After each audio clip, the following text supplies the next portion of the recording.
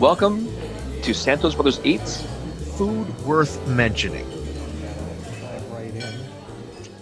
All right, everyone. Welcome back to Santos Brothers Eats, where we're talking about food worth mentioning. And unfortunately, Jeff, my brother, Chef Jeff Santos, isn't available for this episode's podcast, but we got something which some would say is second best. Some might even say is even better than Jeff, and that is his son, Dylan. Dylan, welcome to the podcast. Hello, thanks for having me again. Yes, and those of you may remember when we did some Greek food, George's Greek Grill, the 3G, Dylan joined me in the podcast, and you also have seen him doing, just some different videos on our YouTube channel and on our Instagram page. And this week we went, we paid homage once again to Street Eats Market. They are really making things happen on the food truck scene. And they have opened up Ontario's first permanent food truck market. And so it both has socially distant walk-ups and also curbside pickup. And it's located all the way over in Richmond Hill in Hillcrest Mall. Mm-hmm. This was the first time that I've been to Hillcrest Mall. What about you, Dylan? Yeah, same here. Whenever I go down to Vaughan, it's either for, Canada's Wonderland, of course, being in Canada, or 401 Games, great card shop. Yeah, so Dylan's a card player. I'm actually used to be a card player as well, so I know about 401 Games as well. But Street Eats Market, we also thank BlogTO for reminding us about this, Ontario's first permanent food truck market. And it was, we're recording this on Monday. We actually went there yesterday around lunchtime, and I was reading some of the experiences that people were having. And it looks like some people, I think it was for the Thanksgiving weekend, some people came a little bit late last weekend, and many of the food trucks had run out of food. And so it was a dismal experience. But we made sure to show up early, and because we didn't want any of the food trucks to be running out. We wanted to have a good selection. So we met just before lunchtime. They're open from 11 to 7 or 11 to 8 over there at Richmond Hill, and you can find out more details over at streeteatsmarket.com, right? Yeah, Street Eats. Yeah. So that's where they are. When you drove up, Dylan, what were your thoughts? Good and bad? Well, honestly, very easy to see as they're right off the main street there. I forget what street that was, if you remember the street name. I don't remember either. Actually, it might be Young. Yes, it was Young. Yes. Yeah, so it's right off of Young Street there, just off of right North off of Young. 16th. Yeah. Right, pretty much. It's outside of the mall, of course, but it's right off of the Indigo Bookstore entryway. Yeah. So that's kind of like the big landmark to find, and then you'll see this kind of the kind of metal fences they put up to kind of separate the parking lot from the food trucks. Yeah. So being part of a mall, there's lots of parking. You don't have to worry about any of that. Yeah. Free parking. Lots of free parking, and it was a little bit of a cold day. There was windy at some times, but it was a little bit cold, so it kept a lot of the crowds away. Whenever we went to the Street Eats Market that was hosted over at Scarborough Town Center, sometimes we'd have to wait in line just to get in, but this wasn't the case this time. Just because I'm guessing a lot of the cold weather had kept a lot of the crowds away, so we had basically anything we wanted to eat, we didn't have to wait for. We just had to go up to the truck and make an order. And what did you think of the selection of the trucks, Dylan? Well, the good thing about that, because they have food trucks, is that the selection is almost always changing. The selection we had was very diverse, as I believe we had 6 spice and basil box were the 2 main ones we're going to be talking about, as well as, what was that Cuban one again? Do you remember what it's name? The Cuban thing, it's called. The Cuban thing, okay. That's what it's called, the Cuban thing. So yes, and then I believe there's also a Japanese truck. There was the shawarma truck. Yep. And I forget the last truck in line there. We kind of stopped at basil box. Yeah, we did. Oh, there was Golden Grill. And I think they were Korean, because they offer Korean. KFC. Yeah. Yes. They're offering Korean fried chicken. So yeah, I never thought of that. And you're right. Like, if we went back, because they're 7 days a week, if we went back today, it would be probably a different selection. Although, from looking at some of the food trucks web pages, some of them would still be there. Like I know that Basil Box, they're very proud to say we're here 7 days a week from 11 to good. 7. So they're always there, and that's where we ate. That's one of the places we ate. And Six Spice, we ate there. And those of you will remember those two food trucks in particular because we've talked about those. Maybe not me and Dylan, or Dylan and I have talked about it, but I've certainly talked about it with Jeff and Diana because they just serve really, really good food. And so, we went around, and Dylan decided first what he wanted to have. And what did you end up having, Dylan? Well, of course, me being a big pasta lover, the second I see mac and cheese on a menu, that's my first go-to. So when we went up to the Basil Box truck, the man waved us down too. He's kind of like, would you like us to explain the menu? Very open and friendly. So that kind of gave me yeah, sure, like, I'll hear him out. Let's see what's happening. And he told us that if we get the mac and cheese, or he had fried rice, that you can pick one of the two featured meats that day. Mm-hmm. And one of them that I decided with was the braised beef to go on mac and cheese. Yes, the braised beef mac and cheese. And some of you may remember that was the first place winner at the mac and cheese contest that I happened to be judging during the mac and cheese festival. And I remember I pointed this, I said, that one number one. And I remember telling the chef, I said, out of the 4 judges, all of us picked that number one, and we put that head and shoulders above the rest. And so of course, Dylan and I, we shared what we're eating because that's what we like to do. Of course. And I was not unhappy to be eating that particular dish once again because it is so effing good. Oh yes. Yeah. And so in the last episode, I gave it a 10 out of 10. Can you explain what your feelings were? I wouldn't say, I don't know about feelings, but, tell me, when you had your first bite, what'd you think? Definitely my first thought was, just looking at it is visually appealing. Because I know there's still a lot of stigma between food trucks and quality of food. People think about street meat and whatnot, but these food trucks, they have definitely honed their craft. So when you look at this thing, you see the nice orange macaroni and cheese on the bottom, the beautifully braised dark brown beef. They topped it with the white and orange pickled radish, and then you can see the spices on top. So just visually, it looks very appealing. And then the first bite, the mac and cheese was cheesy, but not too overpowering. So the beef really took over. It's this, I want to say salty, but it was very savory flavors altogether. It's such a good dish. Like I find it very difficult that I'm going to find a mac and cheese that tops that anywhere. And that kind of says a lot, because it is a spectacular blend of Asian flavors on top of that mac and cheese. So that's the braised beef. And, they are going to be at the Hillcrest Mall, all the way until Christmas. That's what they said. And so, and I imagine they may be there afterwards. Of course, everything is going to be all weather permitting, but if you want to get a taste of it, I believe you have to get that at the food truck, because Basil Box does have a brick and mortar location downtown, down by Ryerson. And I was just on their website, and they're offering most of their food on top of rice. So if they're offering the mac and cheese, I just couldn't find it on their menu. So shame on me, but I did look for a little bit just to specifically looking for it. So, I kind of assumed all the food trucks had a brick and mortar place, but I actually didn't know that. So yeah, that's good. Yes, so they are located there. But if you don't want to go downtown, then you can go up to Richmond Hill, and if you don't want to go to Richmond Hill, you could always go downtown. And so, what would you rate? I mean, I gave it a solid 10 out of 10. But what would you rate that mac and cheese?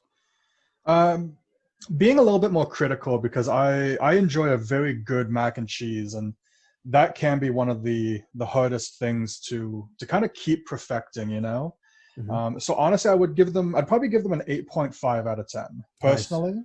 Nice. Just because, again, same thing with my philosophy on poutine. You have to have a good solid base before anything else. Because when I ate the macaroni and cheese just by itself, it was good. It was great macaroni and cheese, but You can always do better. And, obviously with the cold weather happening outside as well, it kind of cooled off a lot faster than usual. So you kind of have to give the weather a bit of it. But otherwise, yeah, a solid 8.5, very close to 9 out of 10 for me. Very good. Yeah, and absolutely. It's basil box. I can see why they keep offering that dish because, it does please. And Dylan's right. When we're talking about quality, there is this stigma between, whether food trucks can give out some quality food. And, we wouldn't be doing a podcast like this unless food trucks did give out some awesome quality food. I mean, they've been doing so much of our content, not only through Street Eats Market, but prior to that. So, some great food can come out of their basil box. I will definitely be visiting them. I don't know when, but I'll be definitely visiting them again. If I see them at a food truck festival, I'm going to want to wonder what they're going to eat. And if I don't see anything else from other food trucks, I'm probably going to order from them. So, I do like them. And I ordered from Six Spice. And Six Spice, they had some great food that was already sold out by the time we got there. They actually had a surf and turf something. You remember that, Dylan? It was a lobster mac and cheese because again I looked for mac and cheese and there's a little sold out sign next to it and I was like, oh well, I'll keep walking then. And Six Spice lobster mac and cheese. So we got to, one of these days maybe we got to go back to Six Spice and have I haven't had their lobster mac and cheese. So no, okay. I would love to try. I think Jeff has tried it before. I think Jeff has had their lobster mac and cheese. But I ended up having their chili lime crab cakes, and that was accompanied by like a little spinach and orange salad with some guacamole or avocado salsa that was on top of that. I was very, very pleased with the way those crab cakes tasted. It came with 2 of them. I'd say they're pretty large, maybe about the size of a billiard ball each. Yeah, I'd say so. And it had a nice outer crust, which was delicious, and then the crab cake that was inside with some great spices. It said chili lime, and it wasn't super spicy or anything like that, but the sweetness of the crab and the way it was just cooked very, very well. Obviously it was nicely deep fried with the breading and everything, and it wasn't overdone. And it was nice and warm on that rainy day. What about you? What did you think of that, Dylan? It was very good. Not overdone. The amount of crab inside the crab cakes, that's a common complaint with any crab cakes is, is it too much crab to the filling so it just falls apart, or it's too much filling and you get kind of cheaped out. But the way they shredded or just pulled apart the crab and the amount of breading, is a very nice combination. So you're getting a good amount of crab as well per serving. That's true. And you do make a good point because, ultimately with crab cakes, if the mixture is too wet, it just kind of falls apart, or if it's too dry, then you don't enjoy it as much. And it didn't fall apart, but when I tasted it, I didn't feel like it was dry at all. So it was just the perfect amount of moistness.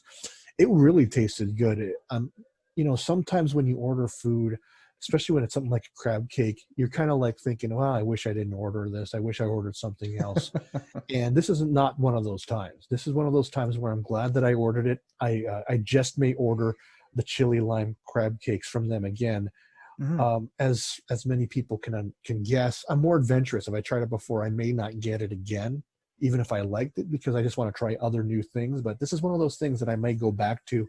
I'm going to give that one an 8.5 out of 10, maybe a 9, pretty close to a 9. I don't know what's going to make a 10 out of 10. It's tough for me to actually give those out. What about you, Dylan? I'd probably give it a 8 to 8.5. Just because I know you said it wasn't too spicy, but I know you and Chef Jeff there, you guys kind of like your spices a little bit more than I do. So having I took a bit of the guacamole salsa just to help cool it down a bit, and that definitely helped out. So, but no, like overall the flavors were excellent.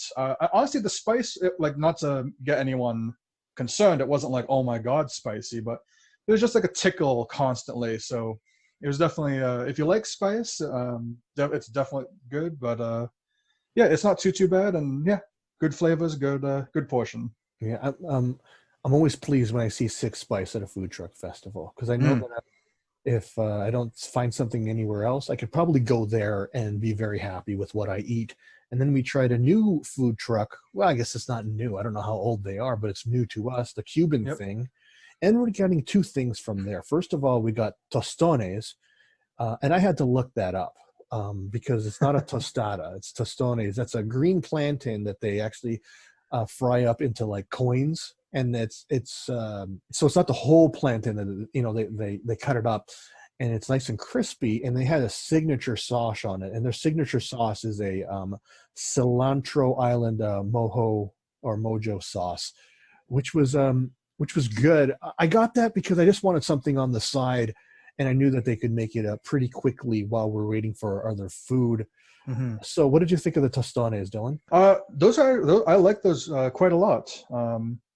Out of because I knew we were planning on getting two meals and then a dessert somewhere. So when you came up to me with those in hand, I was like, oh, like what's this? And you just try it. And I was like, okay. So it was, the plantain little coin itself, it was sweet and, you know, again, crispy on the outside. There's still a little bit of moisture on the inside. It was nice. And then that sauce on top was just amazing.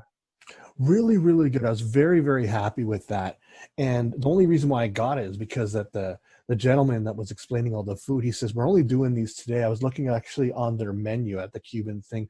They do offer fried green plantains, but it looks different than those tostones. Oh, okay. So it's not cut the same way. It doesn't look nearly as crispy, and I'm not sure if it had that sauce on it. So I'm sure that it's different. I just, you know, so it's a different not meal, but it's, you know, it's a different serving altogether, the tostones and the fried green plantain. But we enjoyed that. And then we had for dessert, we had the mini flan. And after doing a little research, well, not so much research, but just talking with Dylan, we found out that this is the first time he's had real authentic flan. If not in general. Yeah. And, you know, us with the Filipino background, flan is pretty popular. So I don't know how he got away with living as long as he has. I mean, he's in his late 20s and he hasn't had flan. I don't know how that happened. And so what are your impressions with that spectacular dessert? Oh man, like again, after everything we ate with the braised beef mac and cheese, the chili lime crab cakes, and these what were they again? Tostones. Like I said, like everything had a nice little spice to it, so very nice. But then just having this nice cold, you know, egg-based dessert, the flan with this kind of caramel top and then it has drizzled down. It was just fantastic.